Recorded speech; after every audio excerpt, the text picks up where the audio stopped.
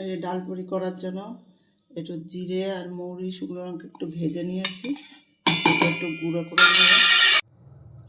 এই যে এর মধ্যে এই যে ডাল, ছোলার ডালটাকে একটু সিদ্ধ করে নিয়েছি, অল্প একটু সিদ্ধ করে নিয়েছি, নিয়ে এই ডালটাকে এর মধ্যে মিক্সিতে দিয়ে একটু গুঁড়ো করে নেব।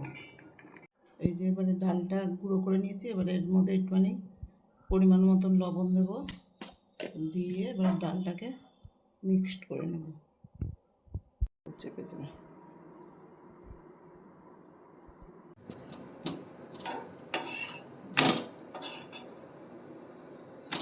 দুটো করে ভেজে নিচ্ছি, তাড়াতাড়ি হয়ে যাবে।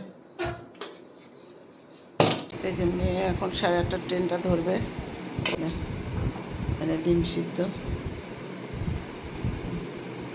বিট লবণ দেবো